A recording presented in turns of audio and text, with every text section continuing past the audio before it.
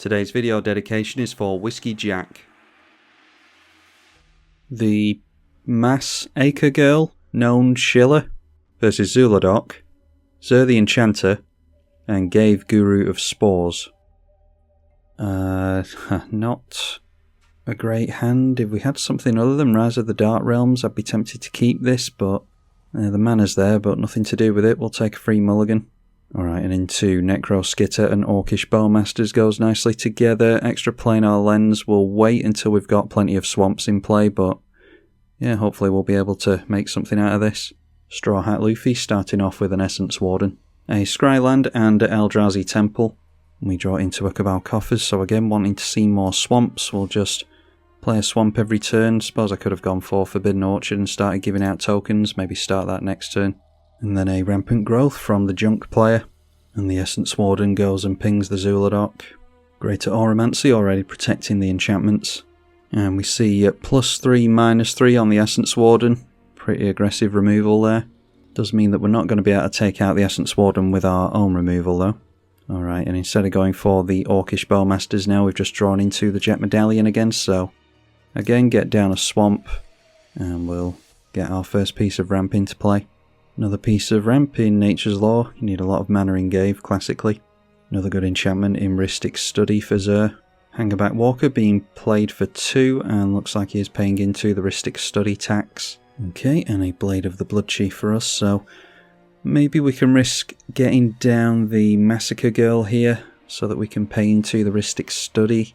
That will give us 5 mana next turn, so we could go 1, 2, 3, 4, 5, play and equip the Blade of the Bloodchief, hopefully with our commander in play. Although we're not accounting for tax there, are we? So, tackle that bridge when we come to it. It's noteworthy that if we put a minus counter on this, then it will just negate the plus counter, but the toughness will still be reduced to 0, which is less than 1, so it will still trigger this. The way this is worded, it just has to be less than 1 toughness in order to trigger and draw. 2 commanders in a row here. Ghave enters play, and also pays for the Rhystic Study, throwing out the first artifact in Ademir's Signet, missing out on land seemingly. Likely would have got into one if none of us had paid for the Rhystic Study, and that's why it's important to pay the tax if you can. Another mana rock in the form of a Sol Ring, and the tax being paid again seemingly.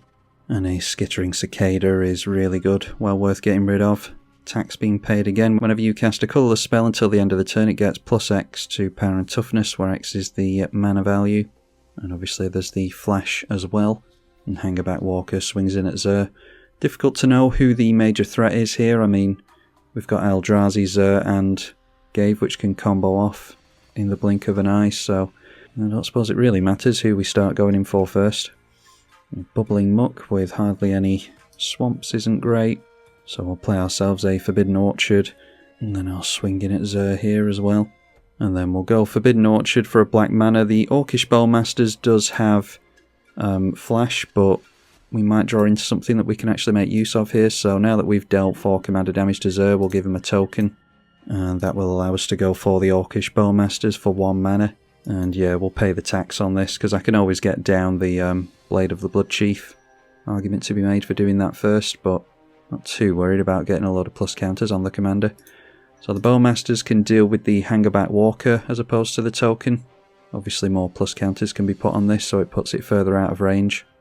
Triggers the Hangerback Walker, putting a token in the way, which is obviously good for us, as long as we can get into things to actually debuff their creatures with. See what we draw into.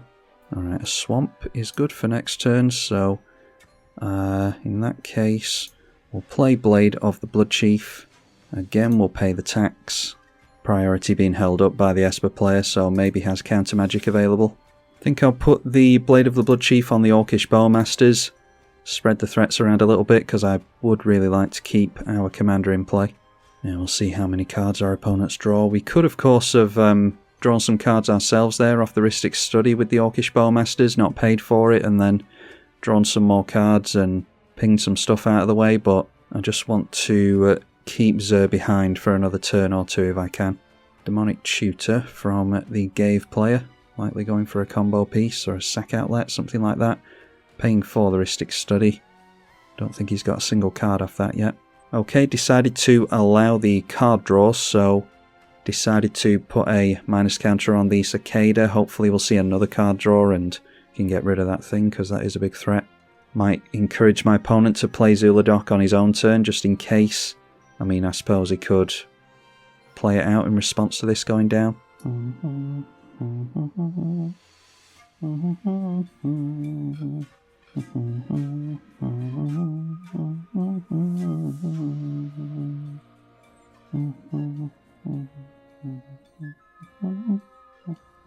Ghave Guru of Spores is after the tutor being debuffed to make a Saproling, followed by a Blood Artist, allowing the draw with Bowmasters again, so I think we'll take the chance to get rid of this thing, but I do want to get rid of a token from Ghave as well.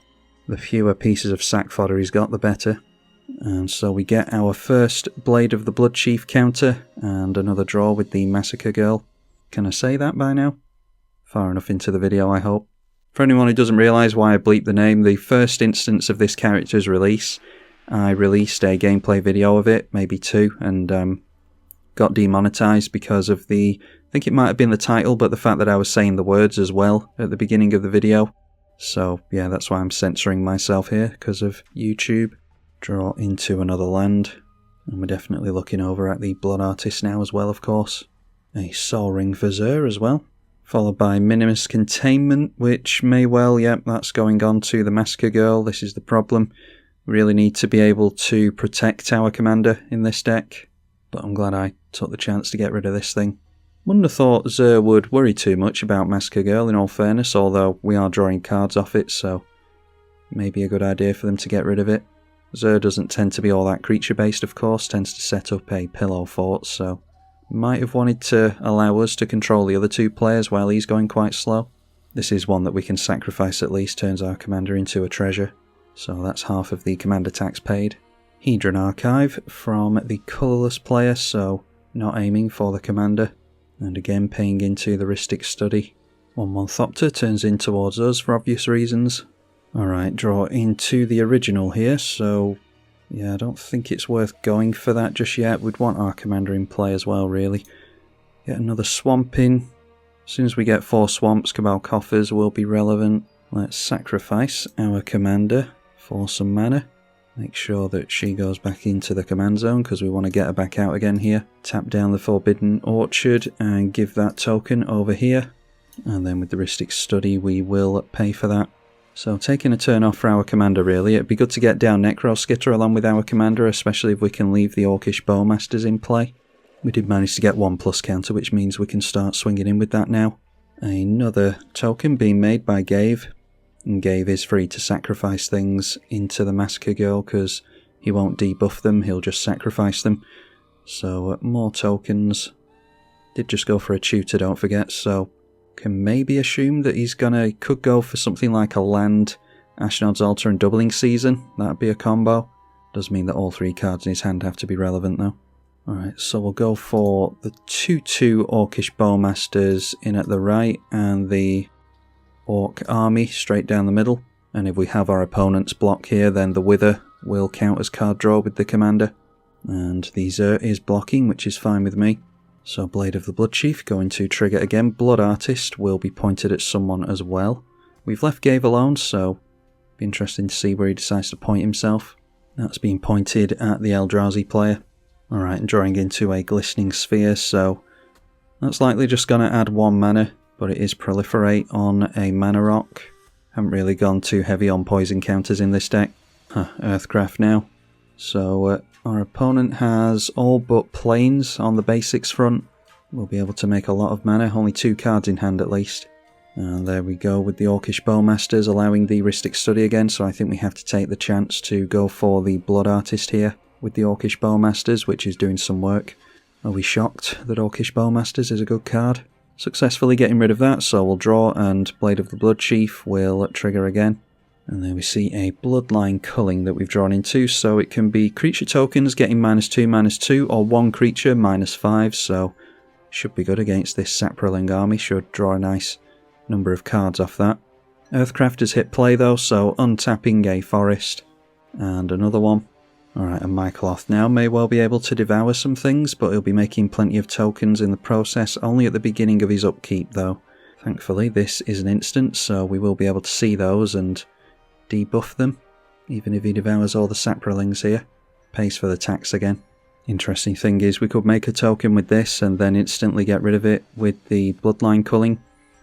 Anyway, Blade of the Bloodchief continuing to do work. 3+ counters on 3 instances because he does decide to devour 2 3 times, so 6+ counters on this. And we have a player scoop out of the blue because it's Magic Online.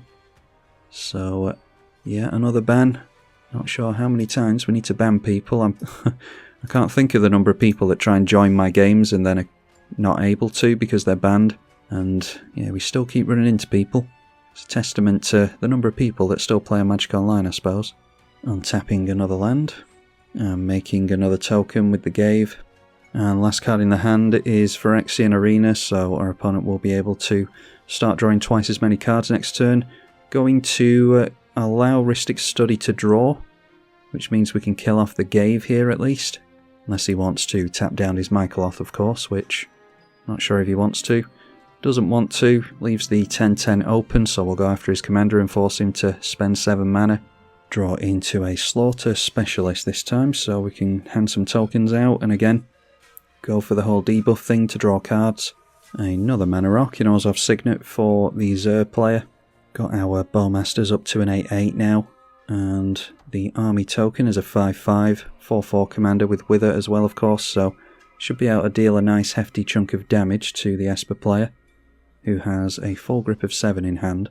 Alseid of Life's Bounty is a 1-1 with lifelink we'll be able to chump with. We'll draw as a card if he does though. And there we see Xur the Enchanter, so yeah, be tempted to point some removal at that from the Bloodline culling, because we've got plenty of cards in hand here. Okay, Nykthos, Shrine to Nyx, we actually don't have that much devotion to black at the moment. Okay, Nykthos, Shrine to Nyx, we actually don't have that much devotion to black at the moment. I'm wondering if to just get down this extra planar lens, because then we'd have 6 mana on the swamps. I think that's probably gonna be okay. So yeah, get that down. And then how much more mana do we need this turn? If we go Bubbling Muck, it will be 3 per swamp. So we'd have 9 mana. So we're just drawing our opponent a bunch of cards with the Rhystic Study. Yeah, I don't like it, but he's starting to get away from us, so I think we'll say no to Rhystic Study. I think we paid for it the whole game so far.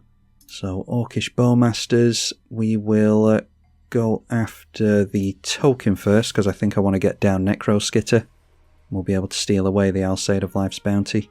Might be worth moving the Blade onto the Massacre Girl now as well, that the Orcish Bowmasters has got away from its very fragile 1 toughness. Okay, that is a Knight of Souls Betrayal, which debuffs a bunch of stuff, so it makes it more difficult for this guy to combo off with 1/1s. Obviously going after a tapped land with the extra planar lens. And the Forbidden Orchard can give this guy a token against my better judgment, especially if we're about to debuff everything. So then we can play the Bubbling Muck, and again we'll have to say no to the Rhystic Study, which again triggers the Bowmasters, and we'll start whittling down the Mycoloth. Won't draw a card like that, but we do have plenty in hand. So each land tapping for 3 like we said, and our spells do cost 1 less, so we can go for the Necroskitter first of all, and again say no to Study, see if this bites us or not. Bowmasters can go after the Mycoloth again, because we're about to play the Knight of Souls Betrayal. Don't think we'll get rid of that this turn, but when they make all the saprolings, all they're going to do is draw us a bunch of cards really, assuming that we actually land the enchantment. Okay, so that guy scoops before we get to see anything fun happen. That's annoying. But it's either, I imagine with this commander, it's either going to be play a scoop like that, or they point all their collective removal at the commander and you never get to see her go off anyway. So she's going to be a bit of a scoop, salty inducing commander, I imagine.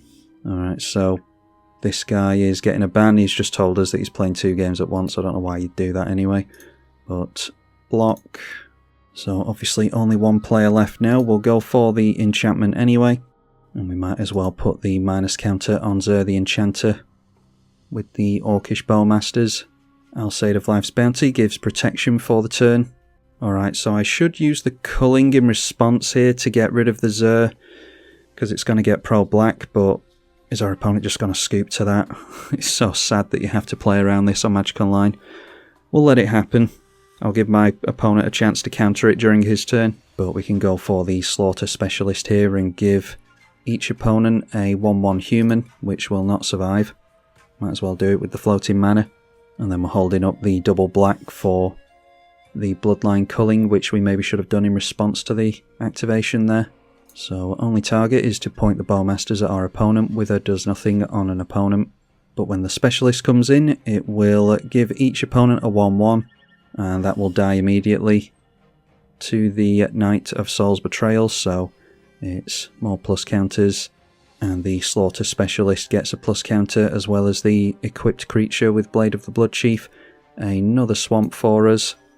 So let's finally get round to combat here. Swing in with a 10-10, an 8-8 and a 3-3. And the Orcish Bowmasters is going to be chumped by the Zur because it does have Pro Black. Yeah, so I could have had my opponent down to 13 there, but we'll do something during the upkeep and see if he wants to respond. 11 cards in hand at the moment, so we'll probably have some means of counter magic, but this makes more of a game out of it at least. Say no to the Rhystic Study because we can't afford it, and we'll point a minus counter from the Orcish Bowmasters at Zur as well, just in case it's relevant. We might not land the Bloodline Culling here. So they've got 12 cards in hand, and likely have a means of protecting the commander. And there we go, a mana drain. So yeah, should have gone for that during my turn like I said, but make the game last a bit longer at least. Bad matchup for us, mono black versus enchantments, especially when they've got Shroud. And they get the mana from mana drain straight away because that happened during the upkeep.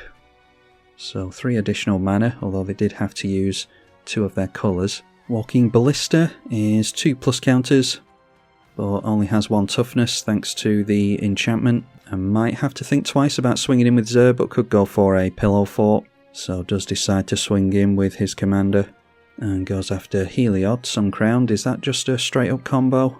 Yeah, it is. So thought I'd make the game last a bit longer there, but apparently not. Our opponent's just going to give lifelink to the Walking Ballista, and then whenever this hits something it will count as a lifelink damage, and that means that this will trigger, putting a plus counter back on the Ballista, and our opponent can just ping us to death by constantly removing and adding plus counters. So using a bunch of mana to add another plus counter there, and then he'll go for the lifelink now. We'll make him do it, and there we go. So lifelink on there, infinite combo. We did think that we'd see a combo this game. I thought it would be from Ghave, but apparently it's from Zur. And yeah, that's that game. Got to see quite a bit of what you can do with Massacre Girl at least, so yeah, I'm glad that I got to show you all that. Hopefully you all enjoyed it. If you want to see more from it, then let me know in the comments. Big thank you to the patrons of the channel for supporting the channel monetarily. You can do that yourself via the link in the description below if you would like. Get your name in the credits and so forth. Anyway, hopefully see you all in the next one. I'm tribalkai. Thank you for watching.